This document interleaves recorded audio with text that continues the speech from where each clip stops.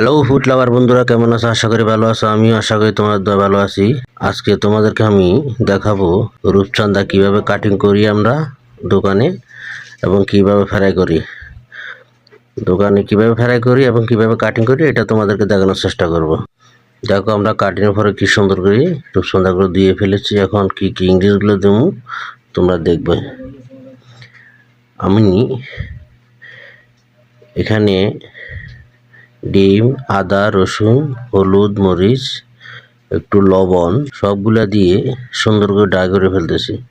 আমি এখানে কমে 15টা ডিম দিয়েছি, যেহেতু আমার বড় ছোট রূপচাঁদা আছে প্রায় 20 কেজির মতো। তো আমি এখন আধা কেজি 1 কেজি পরিমাণ কর্নফ্লাওয়ার দিয়ে দিব।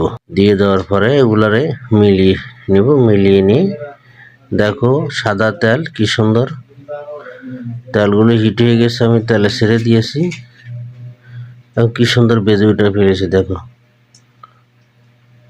এরকম করে তোমরাও চেষ্টা করবা। আমরা এইভাবে দোকানে রূপচাঁদা ফ্রাই করে থাকি।